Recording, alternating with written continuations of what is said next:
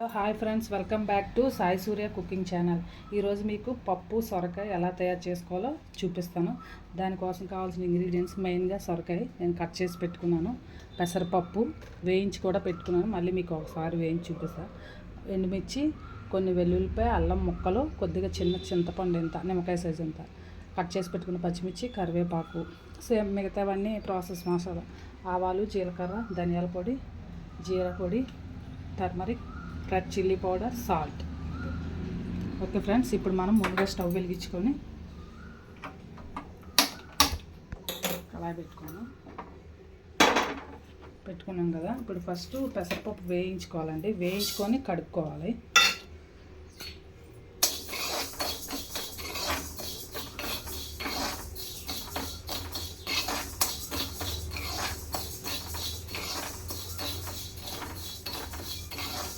వేయించుకున్నాం కదండి,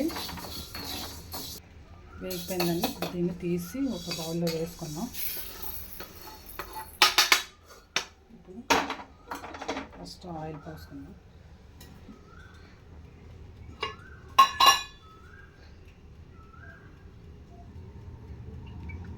1.5 స్పూన్ పోసుకుంది, బాగుంటుంది.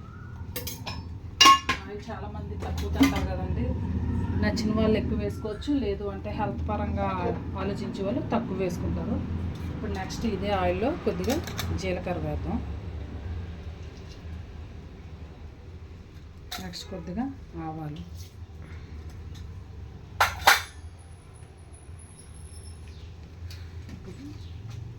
రెడ్ చిల్లీస్,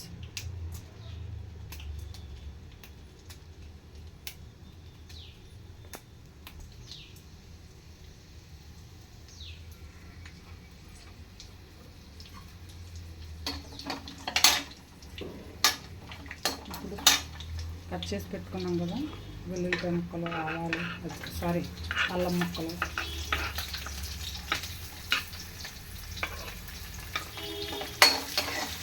అలాగే పచ్చిమిర్చి ముక్కలు కూడా.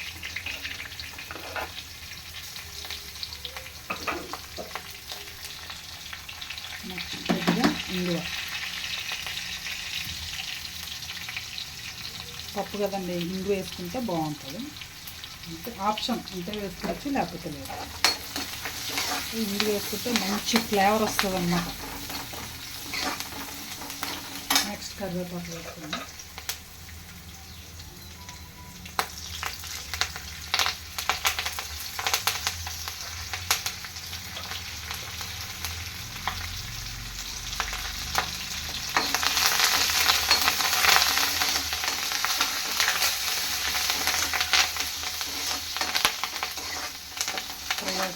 ఇప్పుడు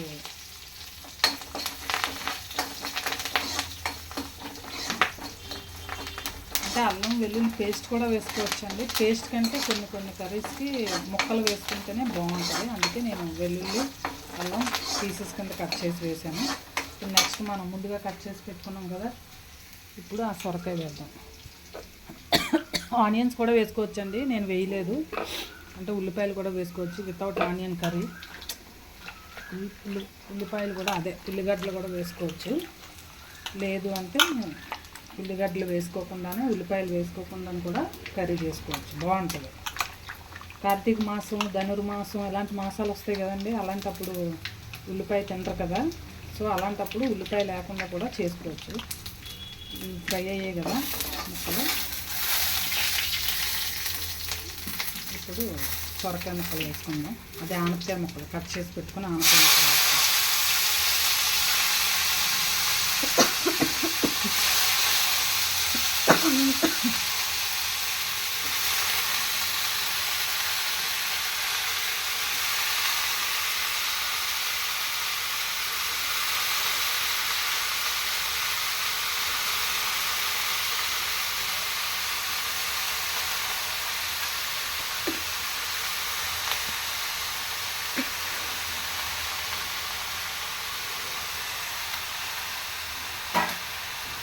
ఒకసారి కలుపుతాను.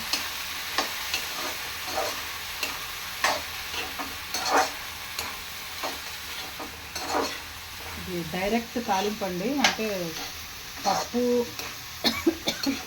పెట్టి పప్పు ఉడుకుతుంటే కూడా సొరకాయ ముక్కలు అవి వేసుకొని కూడా చేసుకోవచ్చు. ఆ ప్రాసెస్ అంతా అయిపోయాక పోపు వేసుకోవాలి. కానీ ఇది స్టార్టింగే పోపు పెట్టేసుకున్నాం మనం. నెక్స్ట్ పసుపు వేసుకున్నాం కొద్దిగా.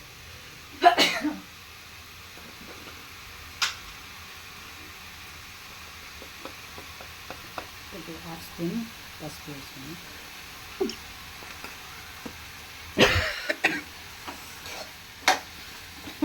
ఘాటుకి మా బాబుకి నాకు తుమ్ములు కూడా వచ్చేస్తున్నాయి. వాడే వీడియో తీస్తున్నాడు.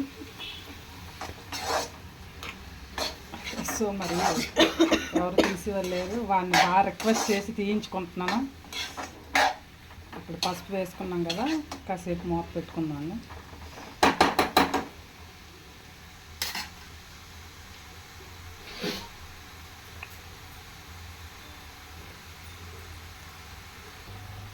కలుపుకున్నాం, కాస్త మూత పెట్టుకున్నాం.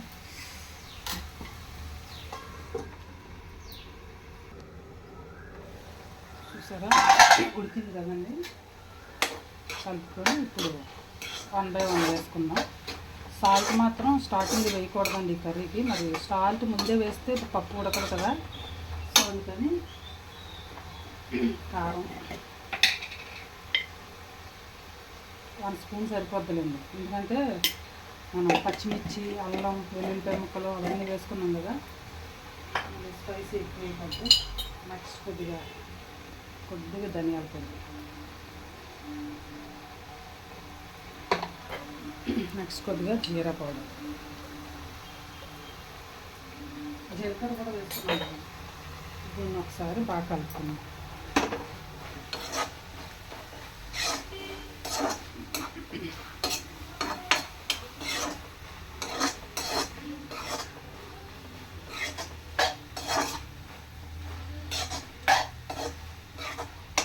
కలుపుకొని ఒక 10 నిమిషాలు మూత పెట్టుకుందాం. మూత పెట్టుకున్నాక అప్పుడు పప్పు వేసుకుందాం.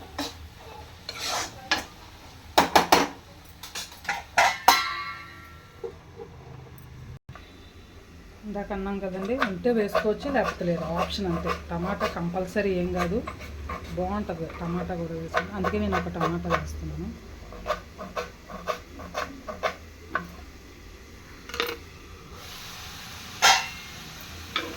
చూసారా కొంచెం కర్రీ దగ్గరికి ముక్కలు కూడా కొంచెం మెత్తపడ్డాయి.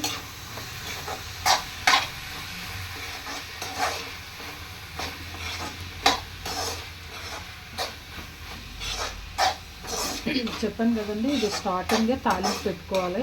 నేను పోపు పెట్టుకోవాలి కర్రీని. నార్మల్గా మనం వేరే పప్పు, టమాటా పప్పు, పాలకూర ఇలా అన్నీ చేస్తాం కదా, ఆ ప్రాసెస్లో కూడా చేసుకోవచ్చు. దీనిలాగే సేమ్ సొరకాయ, అదే ఆనపకాయ పప్పు ఇలా వండినట్టే వంకాయ పప్పు కూడా ఇలాగే బాగుంటుందండి. నెక్స్ట్ ఉడికిపోయాయి కదా ముక్కలు, ముందుగా వేయించుకున్నాం కదా పెసరపప్పు, కడుక్కొని వేసుకోండి. నానబెట్టుకోవాల్సిన అవసరం ఏం లేదు.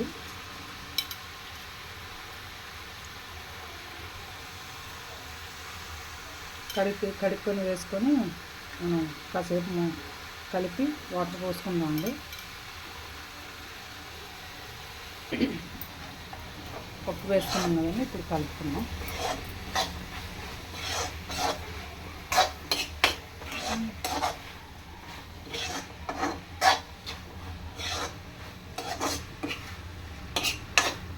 చేసుకున్నాక అప్పుడు చెప్పండి, కామెంట్లో పెట్టండి కర్రీ ఎలా ఉందో. మీకు నచ్చుతుంది, మీరు కూడా పదే పదే చేసుకుంటారు, అంత టేస్టీగా ఉంటుంది. ఇలా స్టార్టింగే ఎలా పెట్టి చేస్తే.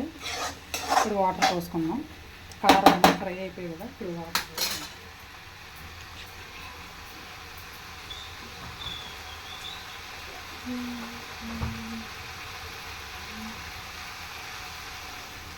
పప్పు ఉడకాలి కదండి, సరిపడినన్ని వాటర్ పోసుకుంటే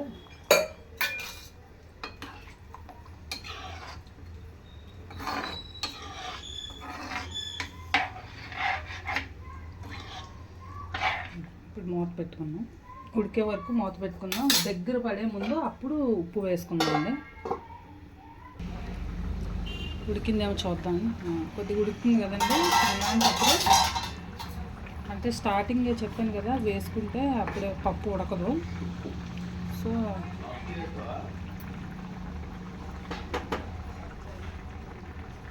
కొద్దిగా ఉడికింది కదా, ఇంకొంచెం ఉడకాలండి.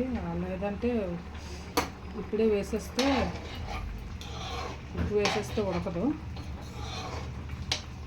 కాసేపు మూత పెడదాం.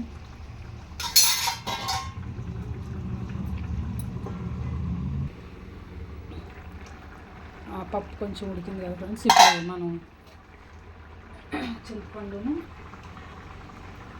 ఉప్పు వేసుకుందాం. ఇందా చూపించాను కదా, చింతపండు అంటే నానబెట్టుకొని వేసుకోవసరం లేదు. ఇలా వేసుకుంటే ఉడికాక గరిటతో మెదిపితే చాలా బాగా వస్తుంది.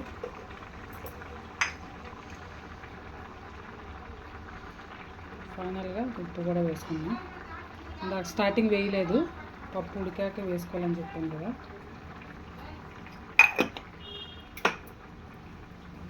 కలపొద్దండి, కలపకుండా ఇలా పెట్టుకున్నాం. ఈ గ్యాప్లో కొంచెం టైం అయిపోతుంది ఫ్రెండ్స్. ఈలోగా ఇంకా మా పాపకి కాలేజ్ బస్సు వచ్చేస్తుంది. పప్పు కూడా ఉడకలేదు, సో తన కోసం ఒక ఎగ్ ఫ్రై చేసేద్దామని.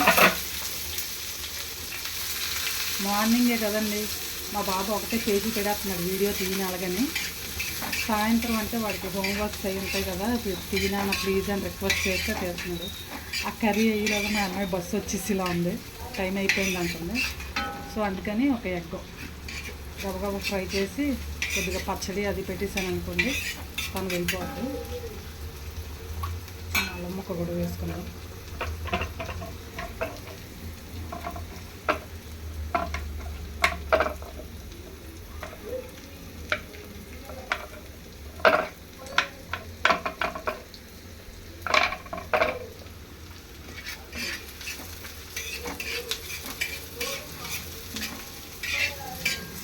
ఈలోగా పప్పు కూడా రెడీ అవుద్ది. పప్పు కూడా అయితే పెడతానండి, లేదంటే బస్సు స్టార్ట్ అయిపోయింది మమ్మీ అండి.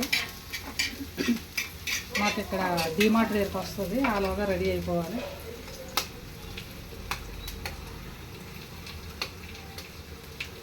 వాళ్ళ డాడీ తీసుకెళ్ళి డ్రాప్ చేస్తారు. లేట్ అయింది అనుకోండి, మా పాప అంత బాక్స్ కర్రీ కూడా పట్టుకెళ్ళదు. ఇలా కొద్దిగా కారం,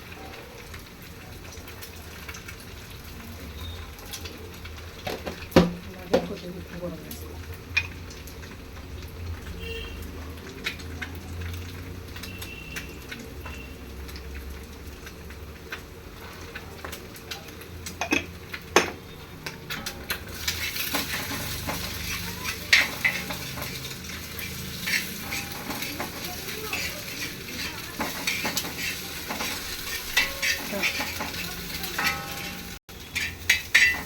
ఈ ఎగ్ ఫ్రై అయితే అయిపోయింది ఫ్రెండ్స్. మరి ఈలోగా మరి కర్రీ అయిందా లేదా ఇంకా అవ్వలేదు ఫ్రెండ్స్, కొంచెం టైం పడుతుంది. ఇంకొక 10 minutes ఉండదు. ఇదైతే అయిపోయింది కదా, ఫైనల్గా కొంచెం కొద్దిగా వేసుకున్నాం.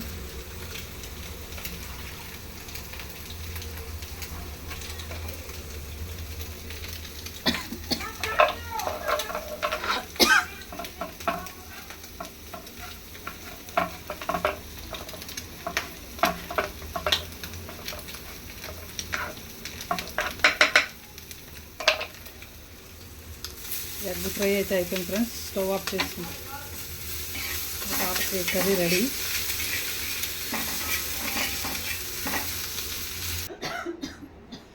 ఓకేనండి, ఈ కర్రీ కూడా అయిపోయింది. చూసారా, చింతపండు ఎలాగే వేసుకుంటే అప్పుడు గరిటతో పప్పు చూసారా ఎలా అనగానే ఎలా మెదిగిపోతుందో, మెత్తగా అయిపోయింది.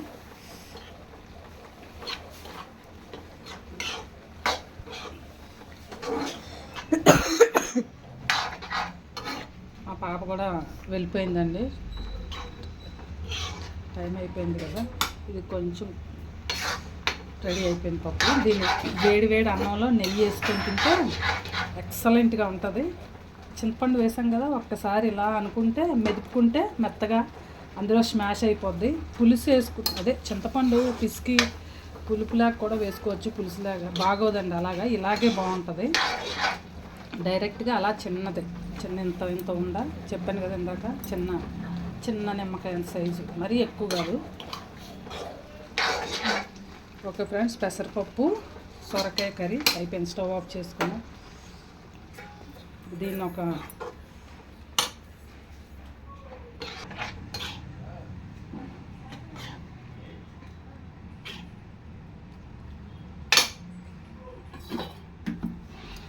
ఓకే ఫ్రెండ్స్, వేడి వేడి పెసరపప్పు ఆనపకాయ moong dal bottle gourd curry ready అండి. మీ ఇంట్లో కూడా ట్రై చేసి టేస్ట్ చేశాక కామెంట్లో పెట్టండి. అలాగే please subscribe my channel. Okay friends, bye. మళ్ళీ నెక్స్ట్ వీడియోలో ఇంకో వంటతో కలుద్దాం.